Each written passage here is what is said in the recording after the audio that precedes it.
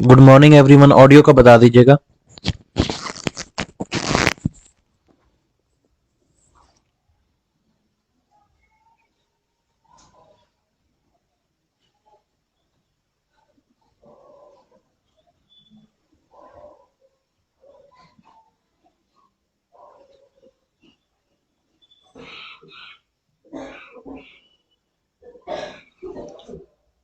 Okay, thank you. Morning everyone. So we have started environment in the last lecture and we are going to continue. हम थोड़ा सा revise करेंगे and continue करेंगे environment के ऊपर। This is going to be our second lecture.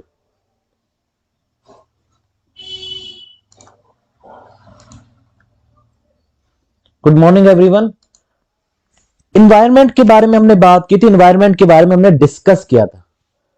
शुरुआत करते हैं कोट से। ये कोट आपके लाइफ में बहुत काम आएगी, अलग अलग कॉन्टेक्स्ट में आप इसको इस्तेमाल कर सकते हैं। आंसर राइटिंग वगैरह में कभी आपको मौका मिले या कहीं पे भी कोट करने का, आप इसको यूज कर सकते हैं। ये कोट है bye none other than Mahatma Gandhi. वो क्या कह रहे हैं? वो कह रहे हैं कि the earth has enough for man's need but not enough for every man's greed. यानी आदमी के जो अर्थ है, अगर हम अर्थ की स्पेसिफिकली बात करें तो अर्थ के पास इनफ है हर एक आदमी की नीड के लिए, पर उसकी ग्रीड के लिए अर्थ के पास इनफ नहीं है। तो ये चीज माइंड में रखना है हमेशा हमने। मॉर्निंग मॉर्निंग सुमी जी। इसी कोट के बेसिस पे, इसी के कोट के अराउंड हमारा पूरा लेक्चर बिल्ट रहेगा। मॉर्निंग मॉर्निंग मॉर्निंग निमा जी। एक सेकंड सब ज्वाइन कर लेते हैं, फिर हम स्टार्ट करते हैं। Morning AB ji, good morning.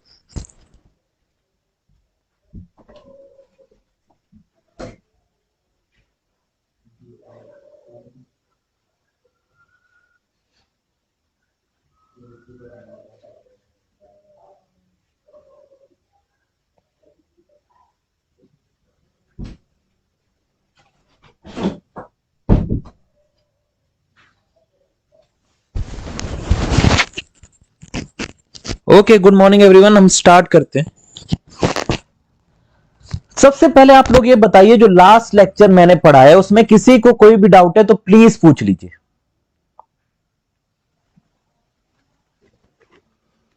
हमने डिस्कस किया था एनवायरनमेंट के बारे में एंड कुछ और कॉन्सेप्ट के बारे में बात किया था। Morning morning ma'am. मॉर्निंग उपांग जी। चलिए स्टार्ट करते हैं।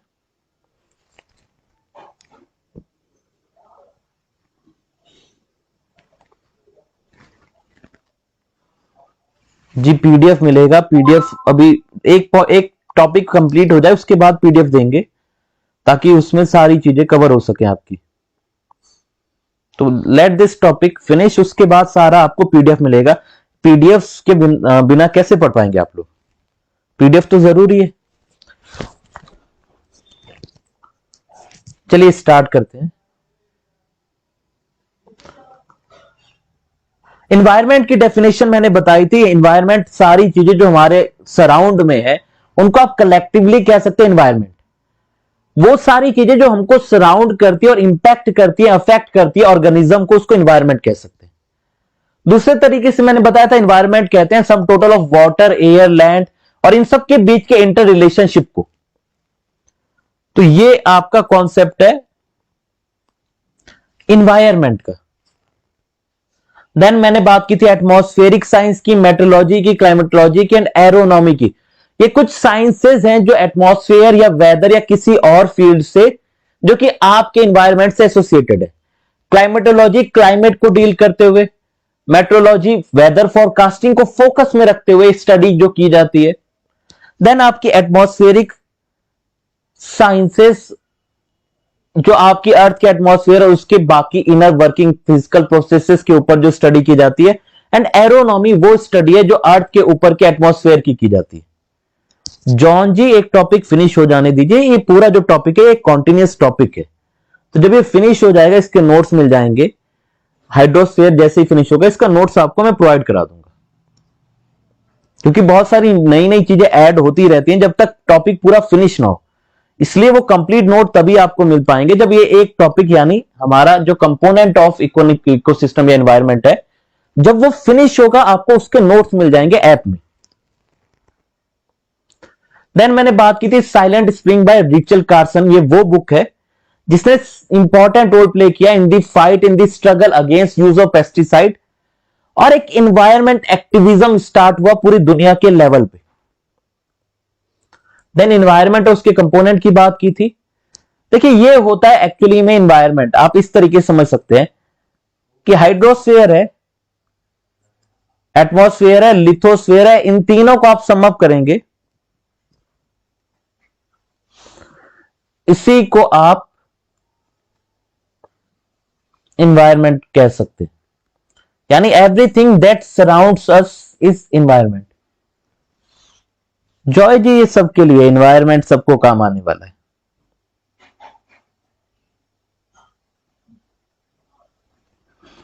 इन्वायरमेंट हर एक एग्जाम में आपके काम आने वाला है, टीजीटी पिछटी वालों से लेके यहां बहुत बेसिक चीजों से लेके हम कुछ इंपॉर्टेंट चीजें डिस्कस करेंगे। इन द लास्ट लेक्चर बहुत सारे बच्चों को कंफ्यूजन था, इकोसिस्टम क्या होता है, इकोलॉजी क्या होता है, इन सब के बारे में बात करते हैं, फिर हम मूव ऑन करेंगे अपने नेक्स्ट टॉपिक के ऊपर। इकोसिस्टम जैसा कि मैंने बताया, आप एक फंक्शनल यूनिट ऑफ नेचर जहां लिविंग ऑर्गेनिज्म इंटरैक्ट करते हैं आपस में एक दूसरे से और सराउंडिंग फिजिकल एनवायरनमेंट से, उसको एक इकोसिस्टम कहते हैं। इकोसिस्टम का एग्जांपल है एक्वेटिक इकोसिस्टम। यानी एक्वेटिक इकोसिस्टम का मतलब क्या है कि एक्वेटिक इकोसिस्टम में आपके प्रोड्यूसर भी होंगे, कंज्यूमर भी होंगे और डिकंपोजर भी होंगे, लेकिन ये सब पानी के बीच में होंगे, एक्वेटिक इकोसिस्टम। देन आपका दूसरा एग्जांपल आ जाता है टेरेस्ट्रियल इकोसिस्टम।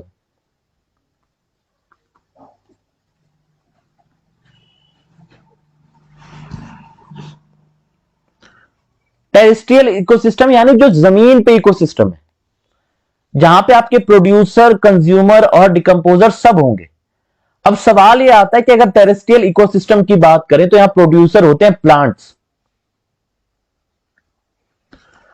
एक्वेटिक इकोसिस्टम में प्रोड्यूसर कौन होते हैं? क्या पेड़ में जो पेड़ हैं, पौधे हैं, क्या वो पानी में भी एज अ प्रोड्यूसर काम करते हैं, या फिर एक्वेटिक इकोसिस्टम के प्रोड्यूसर डिफरेंट होते हैं? सो हमने बात की इकोसिस्टम एक ऐसी फंक्शनल यूनिट है जहां पे लिविंग ऑर्गेनिज्म, जिसमें प्रोड्यूसर, कंज्यूमर और डिकंपोजर सब आपस में इंटरैक्ट करते हैं। इकोसिस्टम छोटे से लेके बड़े साइज के हो सकते हैं, लेकिन एक लिमिटेड स्पीशीज और एक स्पेसिफिक स्पीशीज को कवर करने वाले को ही इकोसिस्टम कहते हैं। यानी एक्वेटिक इकोसिस्टम अलग होगा, टेरेस्ट्रियल इकोसिस्टम अलग होगा, मैन मेड इकोसिस्टम भी होते हैं। इन सबको जब आप सारे इकोसिस्टम को मिला देंगे वो आपका एनवायरनमेंट का हिस्सा होगा। यानी एक एनवायरनमेंट में बहुत ज्यादा नंबर ऑफ इकोसिस्टम है। आप पूरी दुनिया के एक्वेटिक इकोसिस्टम को मिलाइए विद पूरी दुनिया ऑफ टेरेस्ट्रियल इकोसिस्टम और सबको मिक्स कर दीजिए। जब दुनिया के सारे इकोसिस्टम को आप जोड़ देंगे वो बनेगा आपका पूरा कंप्लीट एनवायरनमेंट। तो सवाल मैंने आपसे पूछा, आप लोग प्लीज आंसर दीजिए। अगर टेरेस्ट्रियल इकोसिस्टम में हमारे प्रोड्यूसर प्लांट्स हैं, हर एक इकोसिस्टम में अपने प्रोड्यूसर, कंज्यूमर और डिकंपोजर होते हैं। कंज्यूमर में हमने देखा है सारी चीजें हमारे अलग अलग एनिमल्स हैं, और डिकंपोजर हम सब जानते हैं। तो वाटर के लेवल में प्रोड्यूसर कौन है? आप सब लोग प्लीज बताइए, आप सबने पढ़ी हुई है ये सारी चीजें, कौन है जो एक्वेटिक सिस्टम में, इकोसिस्टम में प्रोड्यूसर का काम करता है? क्या पानी में भी पौधे होते हैं, या कोई और कुछ और टर्म इस्तेमाल उनके लिए करते हैं?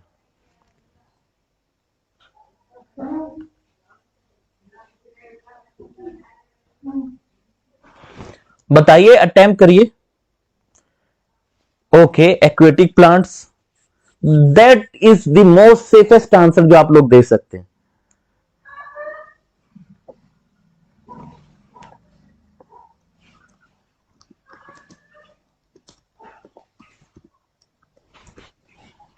ओके, एल्गी, फंगस और स्मॉल टाइप ऑफ क्रिएचर जिसको आप कहते हैं। ओके, उनके लिए एक टर्म इस्तेमाल किया जाता है,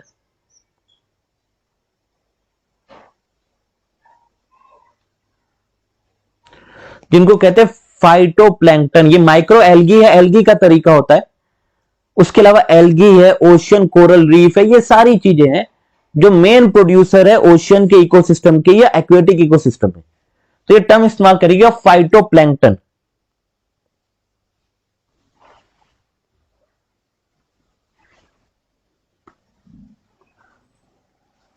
so the name is phytoplankton. ये छोटे एल्गी हैं जो कि प्रोड्यूसर का काम करते हैं, और साथ में कुछ और टाइप के ऑर्गेनिजम्स भी हैं। जैसा कि मैंने भी ऑलरेडी बता दिया है, उसमें आपके एल्गी का टाइप है, और कुछ कोरल रीफ हैं, ये भी प्रोड्यूसर का काम करते हैं।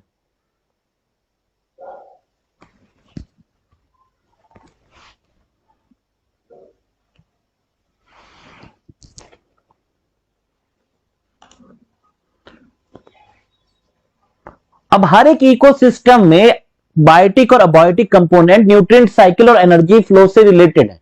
अब ये एनर्जी फ्लो और न्यूट्रिएंट साइकिल क्या होता है, ये हम पढ़ेंगे फूड वेब वाले चैप्टर में एंड फूड चेन वाले चैप्टर में। एक चीज याद रखिएगा, अगर किसी भी इकोसिस्टम में प्रोड्यूसर डिस्ट्रॉय हो जाएंगे तब उसका भी इंपैक्ट पड़ेगा, कंज्यूमर डिस्ट्रॉय हो जाएंगे उसका भी इंपैक्ट पड़ेगा, यानी ये सब इंटर रिलेटेड होते हैं। ये एक दूसरे के इंटरेक्शन की वजह से ही जिंदा है। मान लीजिए अगर फाइटोप्लैंक्टन ही नहीं बचे एक्वेटिक इकोसिस्टम में, तो क्या एक्वेटिक इकोसिस्टम में लाइफ बचेगी? नो। इसलिए याद रखिएगा सब इंटरडिपेंडेंट है, इंटर रिलेटेड है, एक का इंपैक्ट दूसरे के ऊपर पड़ता है। तो ये था इकोसिस्टम, यानी एक स्पेसिफिक एरिया, एक specific unit of nature, functional unit of nature. अब मैंने आपको बताया इकोसिस्टम नेचुरल भी होते हैं, मैन मेड भी होते हैं। आप में से कोई प्लीज मैन मेड इकोसिस्टम का एग्जांपल बता सकता है? मैन मेड इकोसिस्टम का क्या एग्जांपल है? तो इकोसिस्टम बेसिकली आप ये समझिए जहां प्रोड्यूसर है या कंज्यूमर है, जब मल्टीपल ऑर्गेनिज्म एक दूसरे के ऊपर डिपेंडेंट है। और अगर मैं मैन मेड की बात कर रहा हूं तो यानी उसको बनाने वाला इंसान है, मैन है। Any example man made ecosystem का कोई example? Okay, green house perfect example है। क्रॉप फील्ड है, एक एक्वेरियम है, तालाब है, तालाब बनाते हैं लोग, मैन मेड पॉन्ड्स होते हैं। क्रॉप फील्ड है, आप देखिए खेती का फील्ड भी अपने आप में एक इकोसिस्टम है। जी perfect Joy ji. So classification of ecosystem, हम नेचुरल इकोसिस्टम की बात करते हैं, टेरेस्ट्रियल इकोसिस्टम होते हैं, एक्वेटिक इकोसिस्टम होते हैं, और कुछ होते हैं ह्यूमन मेड। ये नेचुरल है। नेचुरल में देखिए आप फॉरेस्ट का इकोसिस्टम अलग होगा, ग्रासलैंड का इकोसिस्टम अलग होगा, डेजर्ट का इकोसिस्टम अलग होगा। वैसे ही पानी में आए पॉन्ड का, लेक का, वेटलैंड का, रिवर का, एस्चुरी का, सबका अपना इकोसिस्टम अलग होगा। एंड ह्यूमन मेड इकोसिस्टम भी एग्जिस्ट करते हैं। सो एक्चुअली में फर्क क्या है इकोलॉजी में, इकोसिस्टम में, एनवायरमेंट में? इकोसिस्टम हमने पढ़ लिया, एनवायरमेंट क्या है? Summation of all ecosystem. ये सम का साइन है, यानी दुनिया भर के इकोसिस्टम को जब आप ऐड कर देंगे तो आप उसको क्या बोलेंगे? उसको बोलेंगे एनवायरमेंट।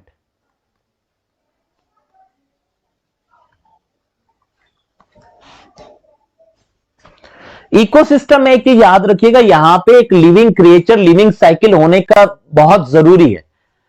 कोई ऐसा इकोसिस्टम नहीं हो सकता जहां लाइफ ना हो।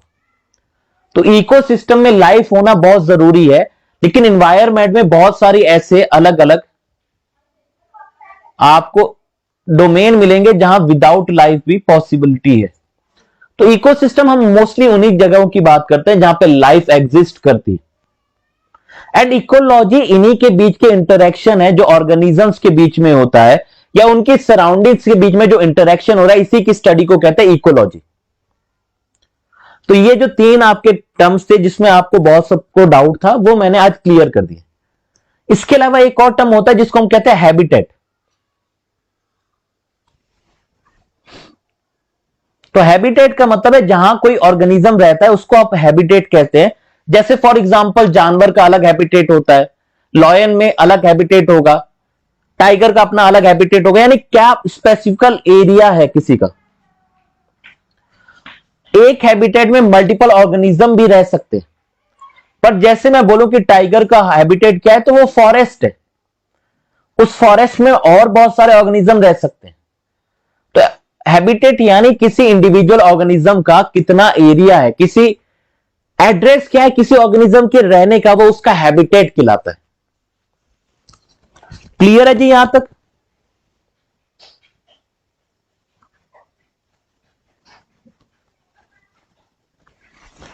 क्लियर है? यस और नो बताएं।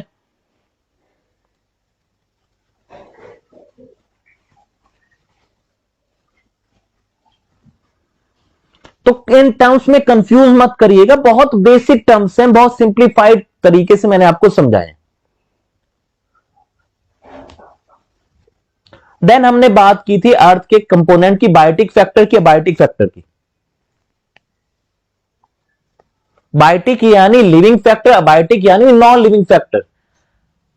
ये नॉन लिविंग फैक्टर हर एक चीज को इंपैक्ट करते हैं जो कि बायोटिक फैक्टर्स यानी लिविंग ऑर्गेनिजम्स हैं। Bacteria, fungi, plant, archaea, animal, protists, ये सब लिविंग चीज है। और अबायोटिक में सैलिनिटी हो गया, सॉइल हो गया, वाटर हो गया, लाइट हो गया, टेम्परेचर हो गया, मिनरल हो गया, पीएच वैल्यू हो गई, ह्यूमिडिटी हो गई। जैसे नॉर्मल जो न्यूट्रल पीएच माना जाता है वो 7 माना जाता है, और इसी के अराउंड की रेंज को सबसे बेस्ट माना जाता है लाइफ के लिए। इससे बहुत कम पीएच होगा तब भी प्रॉब्लम हो जाएगी, और बहुत ज्यादा पीएच होगा तब भी प्रॉब्लम हो जाएगी। तो something that is touching around जो ये नॉर्मल पीएच है, इसी में लाइफ सर्वाइवल हो पाता है।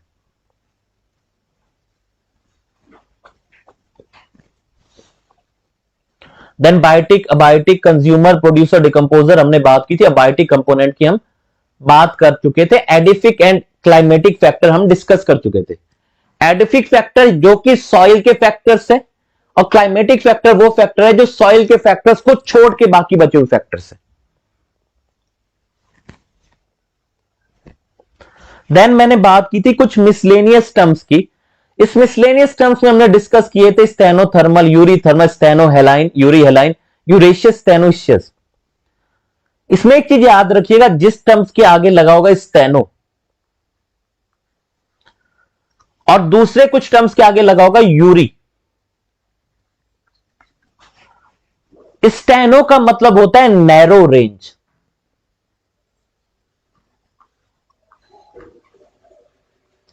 यूरी का मतलब है वाइड रेंज। अब उसके आगे का जो मेन टर्म है वो डिसाइड करेगा कि ये एक्चुअली में है क्या। जैसे फॉर एग्जांपल थर्मल यानी किससे रिलेटेड है, टेम्परेचर से। तो अगर नाम के आगे स्टेनो लिखा है तो यानी नैरो रेंज ऑफ टेम्परेचर में रहने वाले जानवरों को क्या बोलेंगे, स्टेनोथर्मल। अगर नाम के आगे यूरी लिखा है यानी वाइड रेंज में रह सकते हैं। थर्मल मतलब टेम्परेचर, यानी वो ऑर्गेनिज्म जो वाइड रेंज ऑफ टेम्परेचर को झेल सकते हैं। हेलाइन यानी सेलिनिटी के लिए इस्तेमाल किया जाता है। स्टेनो मतलब narrow range of salinity, euryhaline मतलब wide range of salinity, euryoecious मतलब wide range of habitat, and stenoecious मतलब नैरो रेंज ऑफ हैबिटेट। तो बस ये याद रखिएगा, अपनी नोटबुक में लिख लीजिए, स्टेनो का मतलब होता है नैरो रेंज।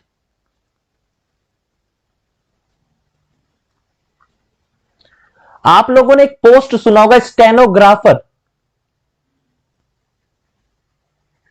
स्टेनोग्राफर की बहुत सारे बच्चे तैयारी करते एग्जाम, इसको क्या कहते हैं, शॉर्ट हैंड, यानी छोटे में लिखना एक बड़े डाटा को। तो स्टेनो का मतलब यहां से भी आप समझ सकते हैं, यानी छोटे रेंज वाला, छोटी एरिया में चीजें कवर करने वाला, यानी नैरो रेंज में कोई चीज रह सकती है। अब उसके आगे का टर्म डिसाइड करता है कि कौन सी क्वालिटी की हम बात कर रहे हैं।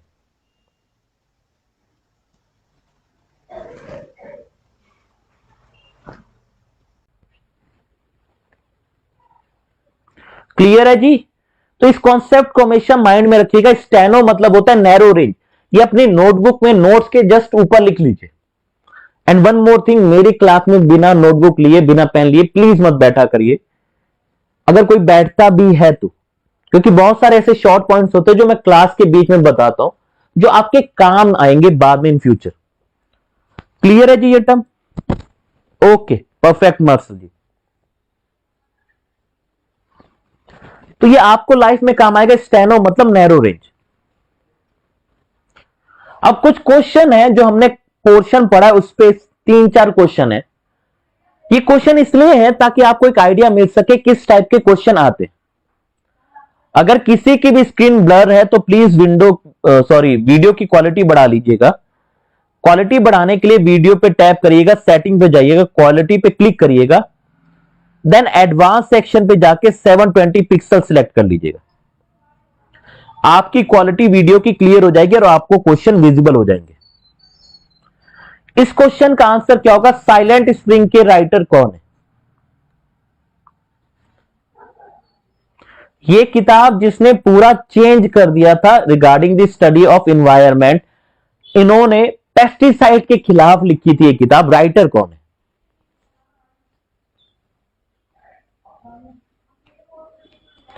सो राइटर इज रेचल कार्सन।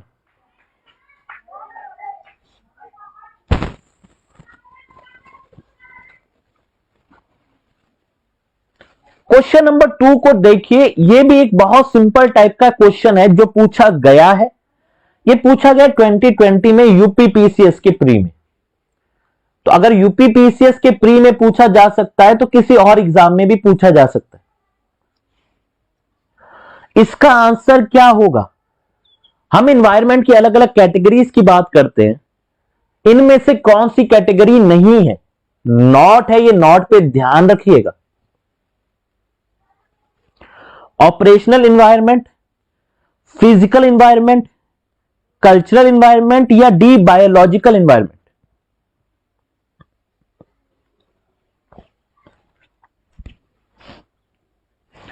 सो हमने डिस्कस किया था ऑलरेडी, या तो एनवायरनमेंट फिजिकल होता है जिसमें आपका बायोटिक अबायोटिक होता है, सॉरी बायोलॉजिकल जिसमें बायोटिक अबायोटिक होता है, फिजिकल में लिथोस्फेयर, हाइड्रोस्फेयर, एटमॉस्फेयर का हिस्सा होता है, और कल्चरल मतलब उन इंसान का इंपैक्ट क्या है, how is the human effort impacting the environment. तो ये तीनों एनवायरनमेंट होते हैं, लेकिन ऑपरेशनल एनवायरनमेंट नहीं होता।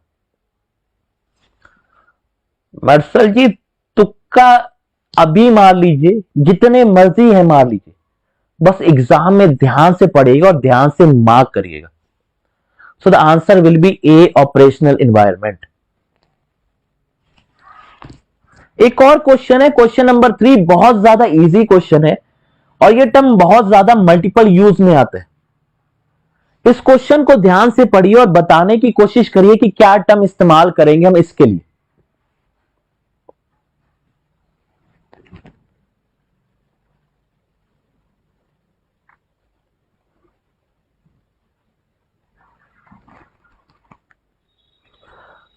Saving energy and other resources for the future without sacrificing people comfort in the presence, ये किसकी डेफिनेशन है?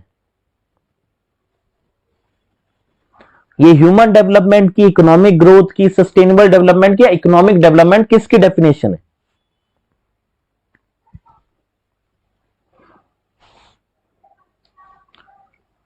सो देखिए सस्टेनिंग, मर्सर जी तुक्के, बस इनफ तुक्के, कॉन्फिडेंस रखिए।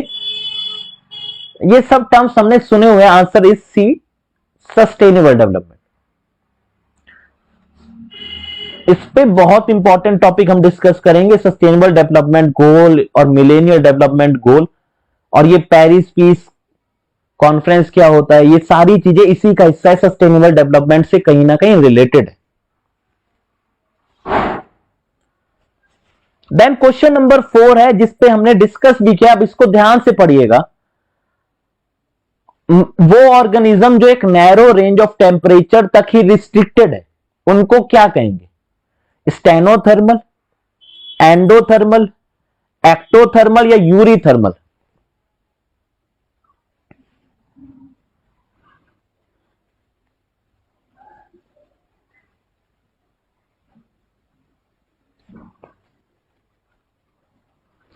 तो जैसे मैंने ऑलरेडी बताया, स्टेनो मतलब नैरो रेंज और थर्मल मतलब टेम्परेचर। यहीं से आपका आंसर क्लियर हो जाता है। Answer will be A, steno thermal.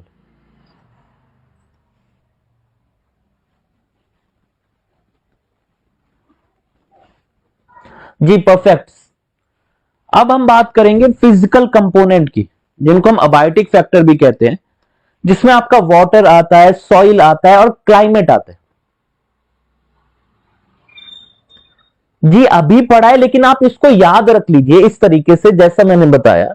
Naini ji, thermal मतलब टेम्परेचर, सब जानते हैं, और स्टेनो मतलब नैरो रेंज।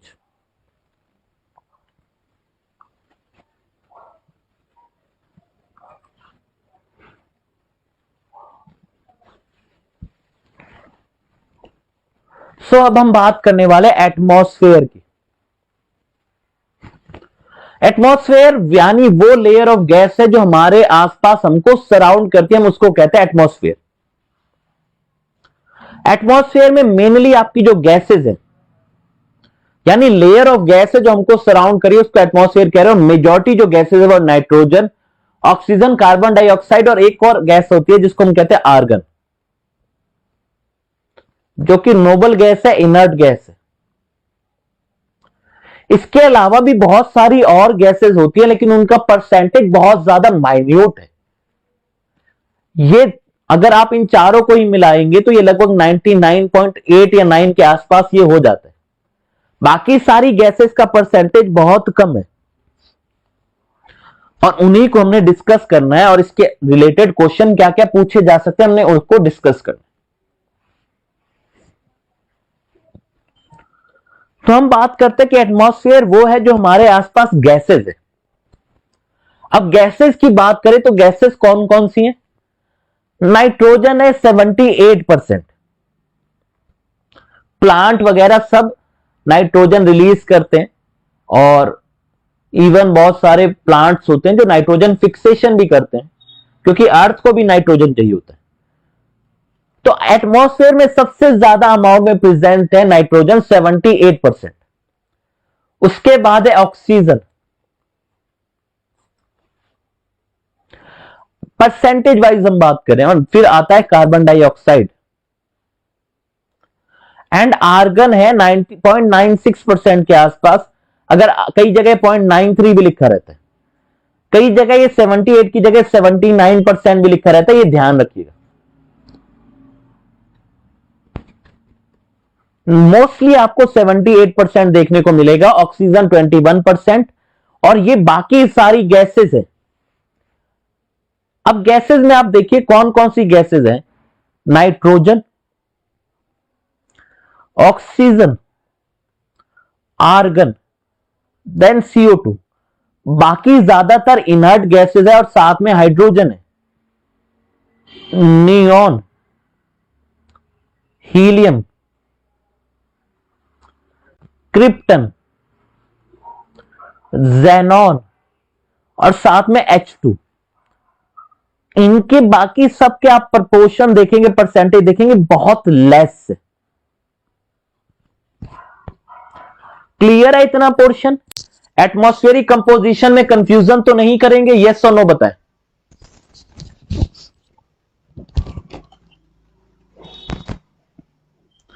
क्लियर है इतना पोर्शन? यस और नो बताएं प्लीज, फिर हम आगे मूव करते हैं।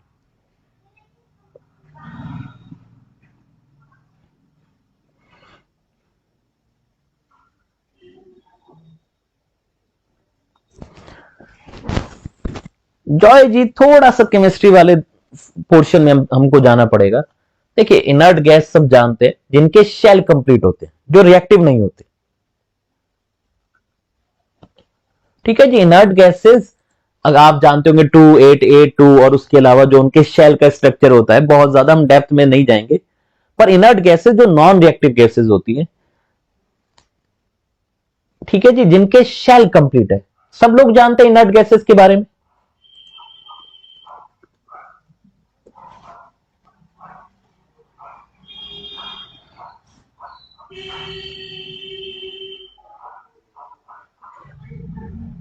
अब वेरिएबल गैसेस की इन्होंने बात की है, तो जॉय जी वेरिएबल गैसेस वो गैसेस होती हैं जो कि इजीली चेंज की जा सकती हैं दूसरे सब्सटेंस में, उनका टेम्परेचर और प्रेशर और लाइट को अगर आप चेंज करें तो उनको आप वेरिएबल गैसेस कहेंगे। ठीक है जी, जिसमें आपका कार्बन डाइऑक्साइड भी एक वेरिएबल गैसेस है क्योंकि इसका प्रोपोर्शन कम ज्यादा हो सकता है और यही तो इंक्रीज हो रहा है, इसीलिए हम इसको वेरिएबल गैस कहते हैं क्योंकि इसका प्रोपोर्शन वेरी कर रहा है। ग्लोबल वार्मिंग का जो मेन कॉन्सेप्ट है वो इसी वजह से आया कि कार्बन डाइऑक्साइड वेरी कर रहा है। क्यों वेरी कर रहा है आपको पता है, कौन से फैक्टर्स की वजह से टेम्परेचर बढ़ रहा है?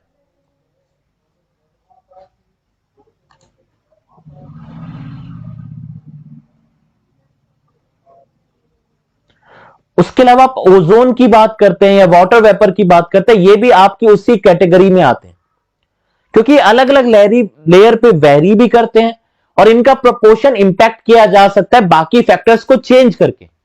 जैसे इंडस्ट्रियल रेवोल्यूशन के बाद कार्बन डाइऑक्साइड का प्रोपोर्शन कम ज्यादा होता रहता है। उसके अलावा ओजोन का भी आप देखिए, ओजोन डिप्लीशन की वजह से ओजोन रेडिकल एलिमेंट हो गए थे और ओजोन का भी नंबर कम ज्यादा होता रहता है परसेंटेज में। क्लियर है जॉय जी? वाटर वेपर भी आप देखिए, पानी के जो वाटर वेपर्स है उनका भी नंबर कम ज्यादा हो सकता है।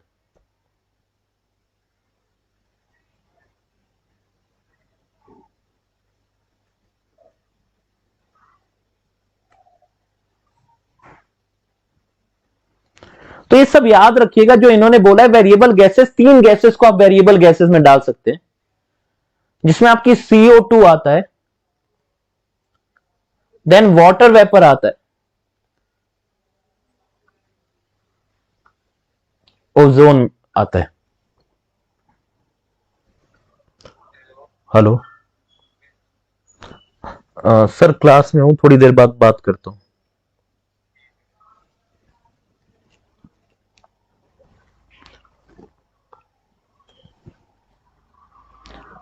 ठीक है जी, तो ये याद रखिएगा ये वेरिएबल गैसेस है, बाकी सब का पोर्शन ज्यादा चेंज नहीं होता। चलिए आगे मूव करते हैं। अब ये हमने कंपोजिशन की बात की और उसके बाद करते हैं अलग अलग लेयर जो अर्थ की एग्जिस्ट करती हैं। अब ये लेयर कोई ऐसी लेयर नहीं है जैसी बिरयानी की लेयर होती है कि आपको दिख जाएंगी, या जो हम आइसक्रीम की लेयर बनाते हैं कि वेनिला फ्लेवर नीचे डालेंगे फिर ब्लैक करंट डालेंगे, ये वो वाली लेयर्स नहीं है। ये एक्चुअली में इमेजिनरी लेयर्स हैं जो कि हमने अंडरस्टैंडिंग के हिसाब से बनाई है और बनाई है तब जब कोई चेंज होता है एटमॉस्फेयर में। अर्थ की नीचे वाली लेयर ट्रोपोस्फेयर कहलाती है, स्ट्रेटोस्फेयर कहलाती है, देन मेसोस्फेयर आती है, थर्मोस्फेयर आती है, देन एक्सोस्फेयर आती है। ये जो चेंज है या ये डिफरेंट लेयर ये डिपेंड करती है कि वहां पे टेम्परेचर कैसे चेंज हो रहा है। क्योंकि एक टाइम के बाद आप नोटिस करेंगे, जैसे फॉर इंस्टेंस आप बात करें ट्रोपोस्फेयर की, जब आप अर्थ से ऊपर जाने की कोशिश करेंगे तो शुरुआत में टेम्परेचर थोड़ा कम होगा, फिर अचानक से आप रियलाइज करेंगे कि अर्थ का टेम्परेचर बढ़ना स्टार्ट हो गया ऊपर, थोड़ी एक लिमिट के बाहर जब आप क्रॉस कर लेंगे, देन आप अगेन रियलाइज करेंगे कि टेम्परेचर फिर से ठंडा होने लगा है, देन अगेन आप रियलाइज करेंगे जब बहुत ऊपर पहुंच जाएंगे कि टेम्परेचर फिर गर्म होने लगा है और एक लिमिट के बाद काफी ज्यादा आप टेम्परेचर से या अर्थ के एटमॉस्फेयर से बाहर निकल जाएंगे, जिसको एक्सोस्फेयर कहते हैं। तो ये इमेजिनरी लाइंस हैं जिसमें आप कुछ देख वैसे नहीं दिखता, लेकिन क्योंकि टेम्परेचर वेरी कर रहा है अलग अलग एल्टीट्यूड पे, तो ये इंपैक्ट करता है कि कौन सी एक्टिविटी कहां पे होगी। हमको जो टेम्परेचर चाहिए वो ट्रोपोस्फेयर में अर्थ के पास मिलता है, इसीलिए हम यहां पे रह पाते हैं। अदरवाइज एलॉन मस्क और बहुत सारे लोग हो सकता है हवा में घर बना चुके होते। क्लियर है? तो ये लेयर्स है जो कि वेरी करती है एल्टीट्यूड वाइज, और ये ऑर्डर याद रखिएगा। अब इन लेयर्स की क्या क्या खासियत है उसके बारे में हम डिस्कस करते हैं। इतना पोर्शन क्लियर है?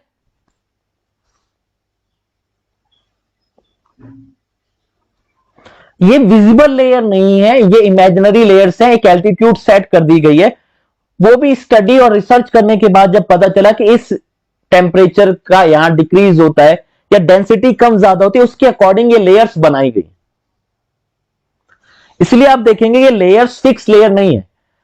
पोलर रीजन में ये लेयर्स की एल्टीट्यूड कम ज्यादा होती है, इक्वेटर के पास ये थोड़ी ऊपर हो सकती है, थोड़ी नीचे हो सकती है, इसलिए ये डिफर करती है।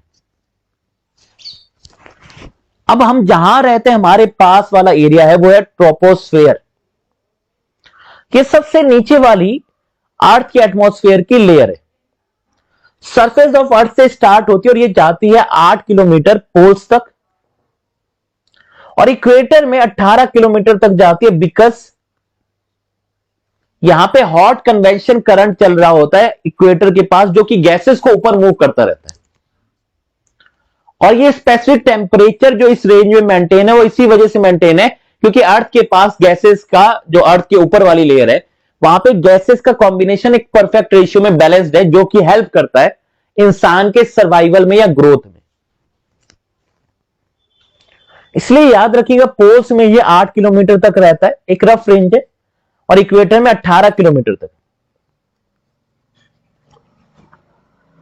जितना भी वेदर है, जितनी भी बारिश है, ये सब इसी रेंज में होती है। आप में से कोई फ्लाइट में बैठा होगा, कोई पहाड़ में उसमें जहाज में बैठा होगा, तो आपने रियलाइज किया होगा कि जो जहाज है वो बादलों के ऊपर भी उड़ते हैं, इसलिए वो वेदर एक्टिविटी को कट डाउन करते हुए ट्रोपोस्फेयर के ऊपर उड़ते हैं प्लेन्स। जितना भी आपका वेदर है, बादल है, जो ये सारी चीजें ये आपको यहीं पे देखने को मिलेगी इन ट्रोपोस्फेयर। इस लेयर में वाटर वेपर हैं और मैच्योर पार्टिकल्स हैं जो कि इंपॉर्टेंट रोल प्ले करते हैं हीट ट्रैप करने के लिए। जैसे ही आप टेम्परेचर से ऊपर जाएंगे, आप जैसे ही ऊपर जाना स्टार्ट करेंगे टेम्परेचर कम होना स्टार्ट करते हैं। फॉर इंस्टेंस अगर अर्थ का टेम्परेचर उस टाइम है 25 डिग्री सेल्सियस, आप चले गए 165 मीटर ऊपर, तो ऑन एन एवरेज 165 मीटर ऊपर जब जाते हैं तो 1 डिग्री टेम्परेचर कम होने लगता है, टेम्परेचर रिड्यूस होने लगता है। आप सब पहाड़ों में रहते हैं, आपको आइडिया है कि जब आप ऊपर जाते हैं तो टेम्परेचर कम होता रहता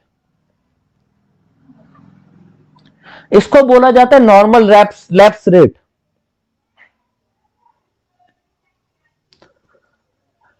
ट्रोपोपोस एक ऐसी लेयर है जो कि ऊपर वाली लेयर और ट्रोपोस्फेयर को सेपरेट करता है, इसको कहते हैं ट्रोपोपॉज हो गया, यानी यहां पे कोई ज्यादा चेंज नहीं है, यहां जो प्रीवियस चेंज था, प्रीवियस वैल्यू थी, वही स्टेटस को मेंटेन कर रही है, इसको बोला गया ट्रोपोपॉज।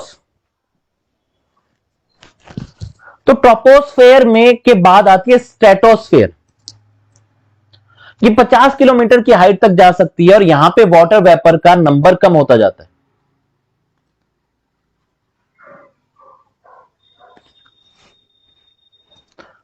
इसीलिए आपने नोटिस किया होगा जो भी फ्लाइट में बैठे कि बादल के ऊपर क्यों, क्योंकि यहां पे वाटर वेपर कम है और बाकी गैसेस की जो प्रेशर है और विंड्स हैं, जितनी भी वेदर एक्टिविटी है यहां पे कम होती है। जितना भी स्टॉर्मी वेदर है उसके ऊपर वाले एरिया में आ गया, इसलिए यहां पे स्टीडी, स्ट्रांग और हॉरिजॉन्टल विंड्स होती हैं जो कि जहाज को उड़ने में मदद करती है। तो ये एरिया इसीलिए जहाज के उड़ाने के लिए इस्तेमाल किया जाता है। इसलिए शायद आप लोगों ने नोटिस किया होगा कि जो जहाज के क्रैश होते हैं वो बहुत रेयर होते हैं और वो क्रैश नॉर्मली होते हैं लैंडिंग के टाइम पीरियड में या टेक ऑफ के टाइम पीरियड में, क्योंकि स्ट्रेटोस्फेयर के ऊपर वाले रेंज में जब जहाज उड़ रहा होता है तो बहुत सारे फैक्टर कैंसिल आउट हो चुके होते हैं जो कि वेदर की वजह से या बाकी एटमॉस्फेरिक प्रेशर की वजह से नुकसान पहुंचा सकते थे। इसलिए फ्लाइट को एक रेंज के ऊपर उड़ाया जाता है। क्लियर है जी? इसलिए हमको बादल दिखते हैं फ्लाइट में, जब आप बैठेंगे तो आपको बादल कैप्चर आराम से कर पाएंगे। वो ऐसा लगता है जैसे व्हाइट रुई किसी ने छोड़ दी हवा में।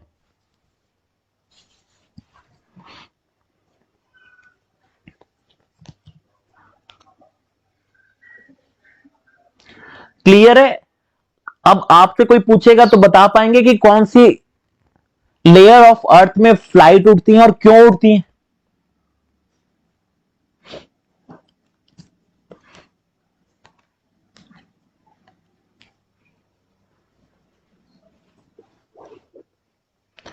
क्लियर है ये पोर्शन? यस और नो बताए। स्ट्रेटोस्फेयर फ्लाइट का उड़ना, ये क्लियर है?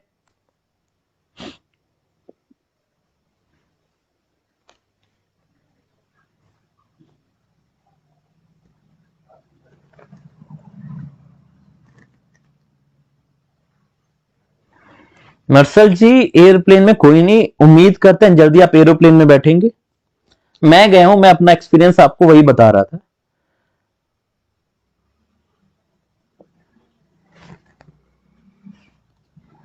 देन ओजोन लेयर आप देखेंगे तो ओजोन लेयर भी इसी रेंज में फाउंड होती है।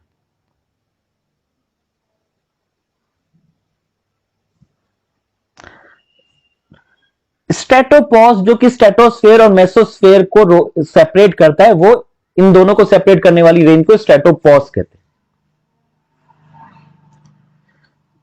नैनी जी और बाकी सब आप भी सुनिए। देखिए जहाज में उड़ना कोई बड़ी बात नहीं है आज के एरा में। थोड़े सपने और बड़े रखिए, और ये जहाज वाज के उड़ने वाले सपने हैं ना, ये पूरे कर लीजिए। जैसे भी थोड़े बहुत पैसे हो, कहीं जाने का मौका हो, जैसे कभी दिल्ली आना हो, थोड़े पैसे ज्यादा लगेंगे, जहाज में बैठिए, फ्लाइट पकड़िए और दिल्ली आइए। ये सपने, छोटे छोटे सपनों को कैंसिल आउट करोगे तभी जाके बड़े सपने देख पाओगे।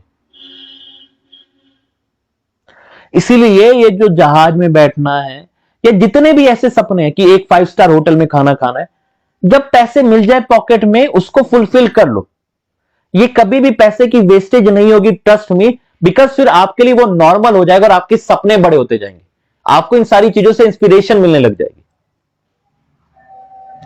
तो मौका मिले, टाइम हो, पैसे हो, बताइएगा।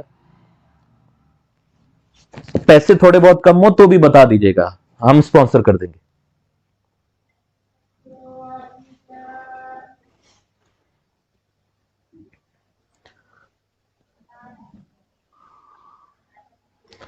सो ट्रोपोपॉज था, ट्रोपोस्फेयर को और स्ट्रेटोस्फेयर को सेपरेट करते हुए। यहां स्ट्रेटोपॉज है जो स्ट्रेटोस्फेयर और मेसोस्फेयर को सेपरेट कर रहे हैं।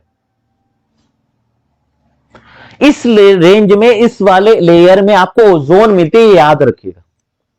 ओजोन वो लेयर है जो कि आपको हार्मफुल यूवी रेड से बचाती है, और ये ओजोन के डिप्लीशन ही एक बड़ी वजह थी क्योटो प्रोटोकॉल और बाकी सारे प्रोटोकॉल के आने का, जिसको हम सेपरेटली प्रोटोकॉल वाले सेक्शन में पढ़ेंगे। एक चीज याद रखिएगा, ओजोन अगर स्ट्रेटोस्फेयर में है तो वो हेल्पफुल है, पर अगर वही ट्रोपोस्फेयर में ओजोन आ जाती है तो वो हार्मफुल हो जाती है हमारे लिए।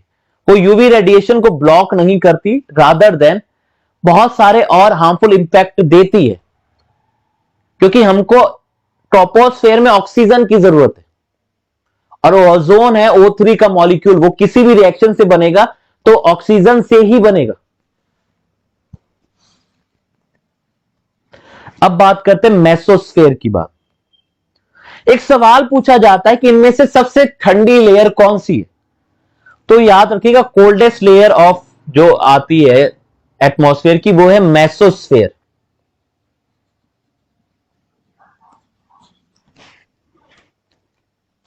ये 50 किलोमीटर की हाइट से ऊपर से स्टार्ट होती है, और यहां पे टेम्परेचर डिक्रीज होता है। एक चीज, ये इसको ग्राफ को समझिएगा, ये टेम्परेचर है, यानी यहां से टेम्परेचर, अगर हम ऊपर हाइट पे जा रहे हैं, यहां टेम्परेचर डिक्रीज हो रहा है। स्ट्रेटोस्फेयर में टेम्परेचर इंक्रीज हो रहा है। मेसोस्फेयर में फिर टेम्परेचर लेफ्ट की साइड जा रहे हैं, टेम्परेचर डिक्रीज हो रहा है। एंड बाहर फिर एटमॉस्फेरिक और गैसेस का जो कंट्रीब्यूशन है वो कम होता जाता है और टेम्परेचर बढ़ता जाता है। इसलिए आगे जो आएगा थर्मोस्फेयर, यहां पे टेम्परेचर अगेन इंक्रीज होगा।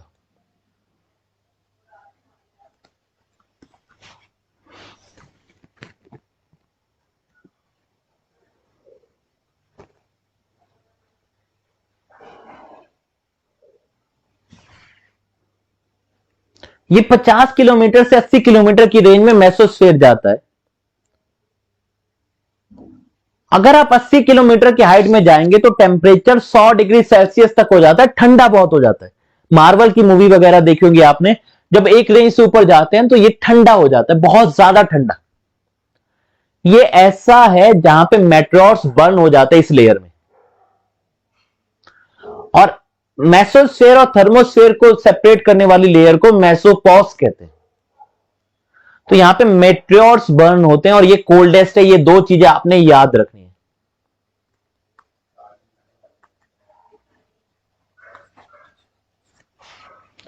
ऐसा क्यों होता है मेट्योर्स? क्योंकि वो अर्थ के स्फीयर में घुस रहे हैं और अर्थ की फोर्सेस, गैसेस वगैरह उसको ब्लॉक करने की कोशिश करते हैं, अर्थ का एटमॉस्फेयर, और इसीलिए यहां पे मेट्योर्स बर्न हो जाते हैं। देन लास्ट आता है थर्मोस्फेयर। इसको आप दो तरीके से समझ सकते हैं। थर्मोस्फेयर में दो हिस्से आते हैं, एक आता है एक्सोस्फेयर जो कि ऊपर वाला हिस्सा है, एंड एक आता है आइनोस्फेयर। तो ये आउटर मोस्ट रेंज है जिसके दो पार्ट है। यहां पे रेडियो वेव ट्रांसमिट होती हैं, इसीलिए सैटेलाइट कम्युनिकेशन यहीं से होता है, रेडियो वेव्स यहीं से पास ऑन होती है। यहां पे टेम्परेचर फिर से इंक्रीज होना स्टार्ट हो जाता है क्योंकि अर्थ की गैसेस का जो इंपैक्ट है और जो ये सारी चीजें वो खत्म होने लग गई। जो ऑरोरा आपको लाइट जलती हुई दिखती है और सैटेलाइट वगैरह सब इसी रेंज में दिखते हैं। तो ये जो लेयर है आपको ये याद रखना है कि कौन सी कोल्डेस्ट है, कौन सी हॉटेस्ट है और कौन सी लेयर में कौन सी एक्टिविटी होती है। जैसे ट्रोपोस्फेयर में आपका हम रहते हैं, वेदर की एक्टिविटी ट्रोपोस्फेयर में होगी। स्ट्रेटोस्फेयर में ओजोन मिलती है आपको और फ्लाइट उठती है। मेसोस्फेयर में आपको ठंडा काफी ज्यादा रहेगा और मेट्रोर्स बर्न होते हैं। थर्मोस्फेयर में आपको ऑरोरा होता है और सैटेलाइट यहां पे इसी रेंज में आपको देखने को मिलती है। रेडियो वेव का ट्रांसमिशन भी इसी से होता है, तभी सैटेलाइट कम्युनिकेशन पॉसिबल है। यहां तक क्लियर है? यस और नो बताएं। ये काफी टाइम ऐसे एमसीक्यू पूछे जाते हैं और बहुत सिंपल होते हैं, but because of communication misconceptions और बहुत सारे डाउट्स की वजह से बच्चे इसको गलत मार्क करके आते हैं। क्लियर है जी? ये सारी लेयर क्लियर है? तो आपको इन लेयर्स के, देखिए ऑरोरा जब आप देखेंगे, ऑरोरा की जब आप बात करते हैं, ये जो लाइटनिंग आपने देखी होगी बहुत सारी मूवीज में दिखाया जाता है।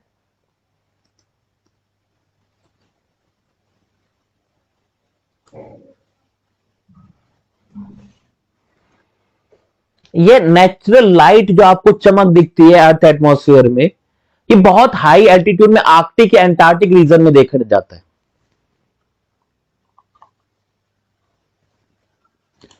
ठीक है जी। तो ये क्यों होता है? बिकॉज यहां पे बहुत ब्यूटीफुल होता है, देखने में बहुत सुंदर होता है, लेकिन हाई एल्टीट्यूड में होता है। इसको पोलर लाइट के नाम से भी जाने जाता है क्योंकि ये पोल्स में होते हैं। ठीक है, आप यूट्यूब पे जाके देख सकते हैं, ये अर्थ स्काई में होता है, हाई एल्टीट्यूड वाले रीजन्स में होता है। और यहां पे नॉर्मली इस वजह से होता है क्योंकि यहां पे आयंस एक्टिव होते हैं। जितनी भी गैसेस वो आयंस की फॉर्म में एक्टिव होते हैं और आयंस के चार्ज और डिस्चार्ज होने की वजह से अलग अलग रेडिएशन रिलीज होती है, जिसकी वजह से ऑरोरा होता है। हम सब ने पढ़ा इलेक्ट्रिसिटी वगैरह के बारे में। इलेक्ट्रिसिटी को कंडक्ट होने के लिए या जो भी लाइट है इन सबको कंडक्ट होने के लिए कोई ना कोई आयंस चाहिए, कोई ना कोई सोर्स चाहिए जिससे एक दूसरे से ये एनर्जी ट्रांसफर कर सके। क्योंकि इस लेयर में आयंस अवेलेबल होता है, इसकी वजह से ऑरोरा हो पाता है। ब्यूटीफुल आपको लाइटनिंग स्ट्रक्चर देखने को मिलेंगे ऊपर, जैसे किसी ने ऊपर रॉकेट छोड़ दिया हवा में।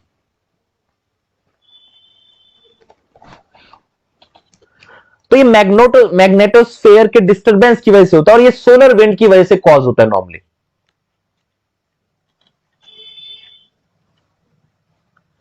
इस सोलर विंड की वजह से ना, जो इस रेंज में आपको बहुत सारे चार्ज पार्टिकल मिल जाते हैं सोलर विंड की वजह से, जिसमें इलेक्ट्रॉन है, प्रोटॉन्स हैं, और ये अपर एटमॉस्फेयर में चले जाते हैं और यहां पे आयनाइजेशन होने की वजह से ये लाइट एमिट करते हैं। जी हां, कुछ कुछ मैंने बोला ना, पोलर लाइट कहते हैं, पोल से दिखता है ये। ठंडे पोल से अंटार्कटिक जाना पड़ेगा या आर्कटिक जाना पड़ेगा।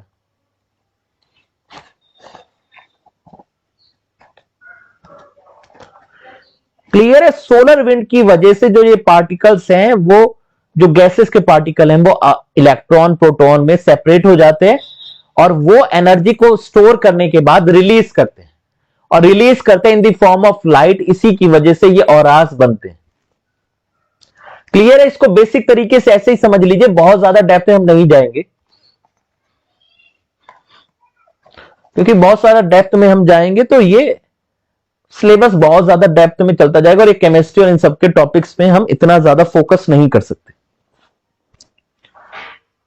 ठीक है? आप दुनिया में एक चीज ये समझ लीजिए, करंट को अगर ट्रांसफर होना है तो आयंस चाहिए।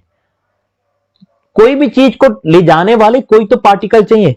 लाइट है तो आपको कोई ना कोई कोई ना कोई आपको चाहिए मीन जिससे कंडक्ट हो सकता है। तो यहां पे लाइट एमिट करने के लिए जो इलेक्ट्रॉन है, फोटोन है, ये इंपॉर्टेंट रोल प्ले करते हैं।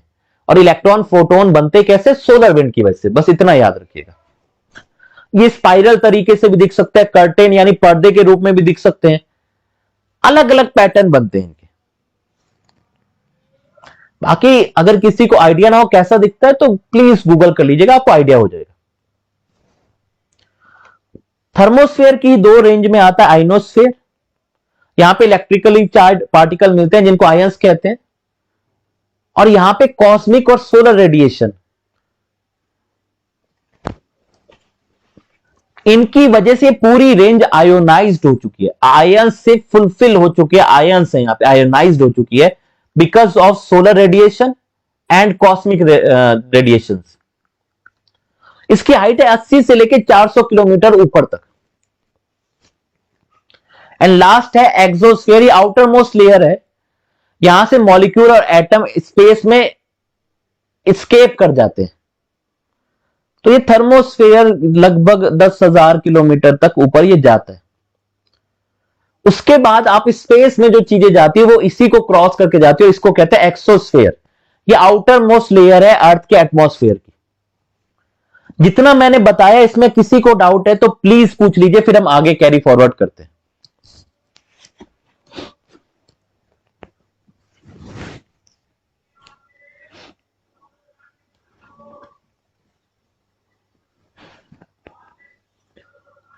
ये सारी लेयर्स हमने डिस्कस की, और हमने ये भी डिस्कस किया कि कहां टेम्परेचर कम होता है, कहां टेम्परेचर ज्यादा होता है, और कौन सी लेयर किस काम के लिए इस्तेमाल की जाती है।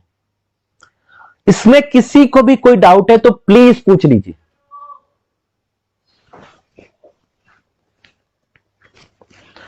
एक और है आपका मैप इस तरीके से समझने के लिए।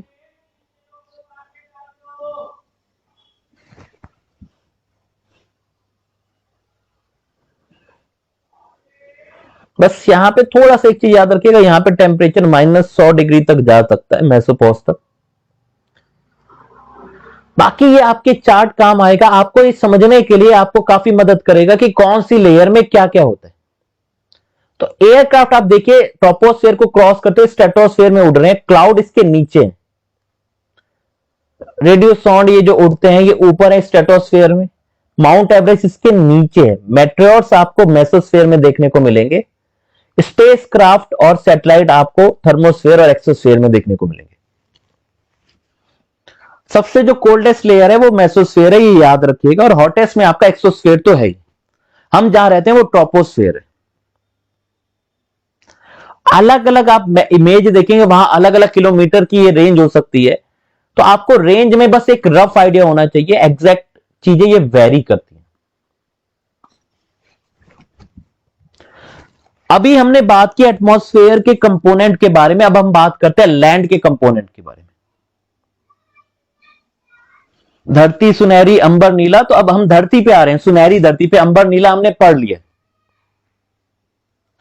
लैंड के कंपोनेंट की बात करते हैं। लैंड को जब आप देखते हैं तो उसमें आता है crust, mental, outer core, inner core. ये अर्थ के इंटीरियर की हम बात करेंगे, और उसके अलावा बात करेंगे कि लैंड में कौन सा एलिमेंट ज्यादा है, कौन सा एलिमेंट कम है। इस सारी चीजों को हम डिस्कस करेंगे। सो हम सब पढ़ते हैं क्रस्ट, मेंटल, कोर, इन सब के बारे में। इन्हीं को पढ़ते हुए हम बाकी कुछ बेसिक कॉन्सेप्ट्स को कवर करते हुए आगे मूव करेंगे। आप मैकेनिकली अर्थ की लेयर को डिवाइड कर सकते हैं लिथोस्फेयर में, एस्थेनोस्फेयर में, मेसोफेरिक मेंटल में। इन सबको देखते हैं ये होता क्या है।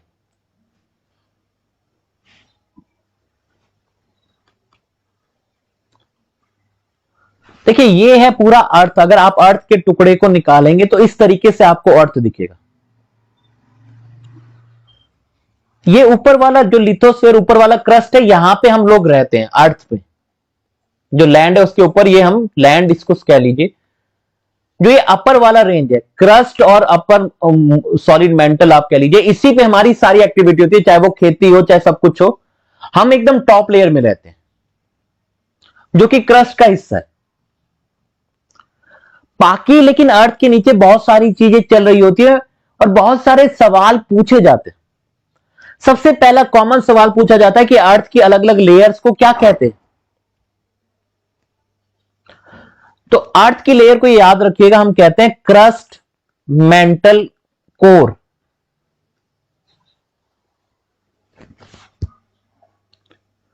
क्रस्ट सबसे अपर मोस्ट लेयर है, मेंटल उसके बीच में, एंड कोर सबसे इनर। कोर के भी दो डिवीजन है, inner core and outer core. अब ये डिफरेंशिएशन किस वजह से होता है? बिकॉज यहां पे जो अंदर मैटर प्रेजेंट है उसका स्टेट डिफर होता है। जब आप क्रस्ट की बात करते हैं या लिथोस्फीयर की बात करते हैं, ये सॉलिड स्टेट में आपको मिलेगा,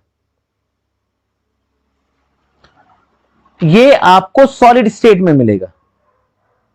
मेंटल कौन से स्टेट में होता है? Anyone, any guess?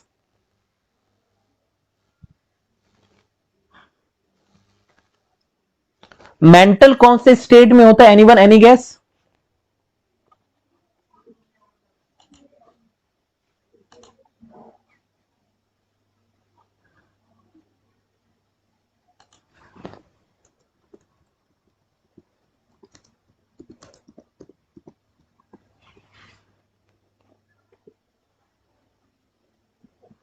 So mantle आपका लिक्विड स्टेट में होता है। देन आप कोर की बात करेंगे, कोर में आउटर कोर लिक्विड है और इनर कोर आपको सॉलिड में मिलेगा।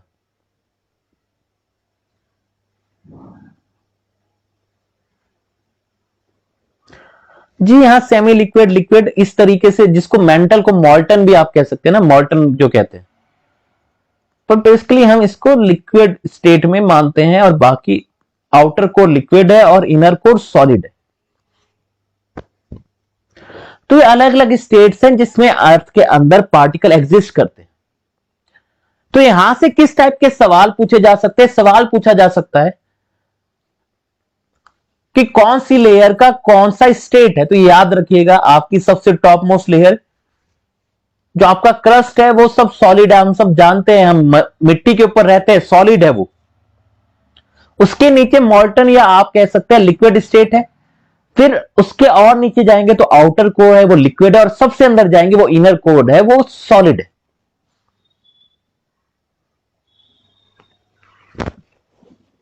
उसके अलावा ये कुछ डिसकंटिन्यूटीज पढ़ाई जाती हैं। अब अलग अलग साइंटिस्ट ने, अलग अलग रिसर्चर ने एक अलग अलग डिवीजन मार्क किया। लोगों को कैसे पता चलेगा कि क्रस्ट के बीच में और मेंटल अलग होता है, और कोर में भी दो अलग अलग डिवीजन होते हैं, इनर कोर और आउटर कोर। ये सब अलग अलग साइंटिस्टों ने स्टडी किया और उस लाइन को दिमाग कर दिया अपने नाम से कि हां जी, ये है मोहो डिसकंटिन्यूटी, ये है रैपिटी डिसकंटिन्यूटी, ये है गुटेनबर्ग डिसकंटिन्यूटी, या फिर ये है लेमैन डिसकंटिन्यूटी। तो बेसिकली ये जो अलग अलग लेयर है, इनकी डिफरेंशिएशन कहां से कौन सी लेयर स्टार्ट हो रही है, इसकी रिसर्च करने वाले साइंटिस्ट ने ही अपना नाम दे दिया और उसके आगे जोड़ दिया डिसकंटिन्यूटी। इसलिए आपको चार डिसकंटिन्यूटी के बारे में पता होना चाहिए। नहीं जी, 2 4 5 मिनट और। ये लास्ट कॉन्सेप्ट है जिसको हम डिस्कस करेंगे। क्लास हमारी 1 आवर की है, वो 5 मिनट, क्योंकि स्टार्टिंग में थोड़ा टाइम लगता है डिस्कशन के लिए, इसलिए थोड़ा लेट चलता है, 5 7 मिनट।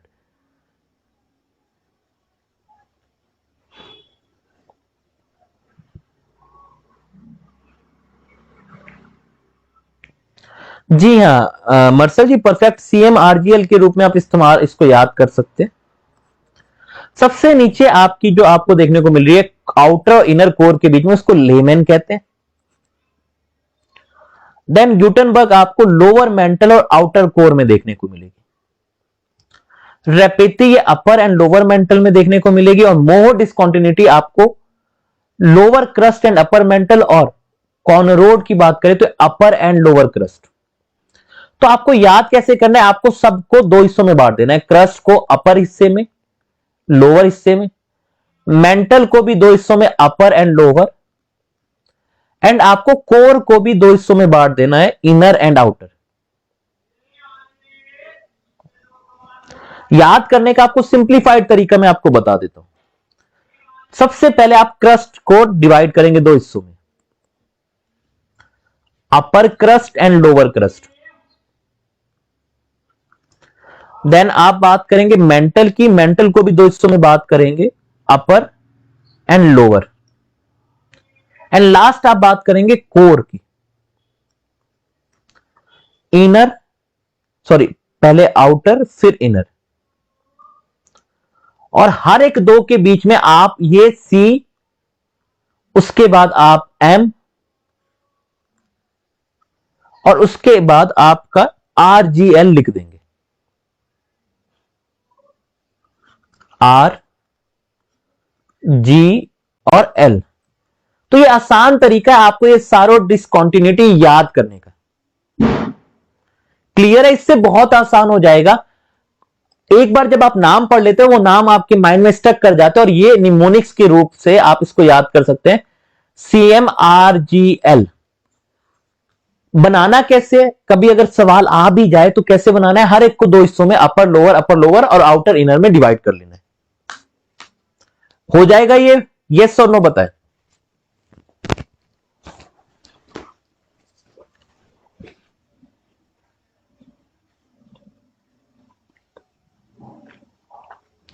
आप इसको खुद बना के देखिएगा, आपको ये पूरा रटने की जरूरत ही नहीं है, बस ये निमोनिक्स से आपका काम हो जाएगा, और ये तरीका मैंने आपको ऑलरेडी बता दिया।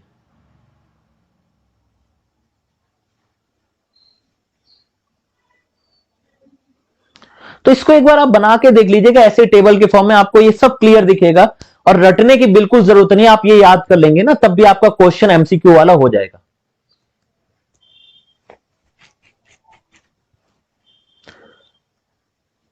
डिसेंडिंग ऑर्डर में पूछ सकता है, तो डिसेंडिंग ऑर्डर में आप फिर अगेन मर्सर जी क्वेश्चन पे ध्यान देना होगा। डिसेंडिंग ऑर्डर है, असेंडिंग ऑर्डर है, नॉर्मली डिसेंडिंग ऑर्डर में ही पूछेगा। सो ये हमने अर्थ क्रस्ट की थोड़ी सी बात की, बाकी कुछ और कंपोनेंट की बात करेंगे इन द नेक्स्ट लेक्चर। हम ये लैंड को भी कवर करेंगे, और हाइड्रोस्फेयर का भी पोर्शन सारा कवर करेंगे इन द नेक्स्ट लेक्चर। सो जितना पोर्शन पढ़ लिया है उसमें कोई भी डाउट है पूछ लीजिए, इसको आज यहीं रैप अप करेंगे। कोई भी आपके डाउट्स है, कोई भी क्वेरीज है, आप इस नंबर पे व्हाट्सएप करके पूछ सकते हैं। बाकी कोर्स को लाइक कर दीजिएगा, अपने रिव्यूज दे दीजिएगा, कोई भी सजेशंस हो, रिकमेंडेशंस हो, आप दे सकते हैं व्हाट्सएप पे पर्सनली या ग्रुप पे भी। Okay, thank you everyone.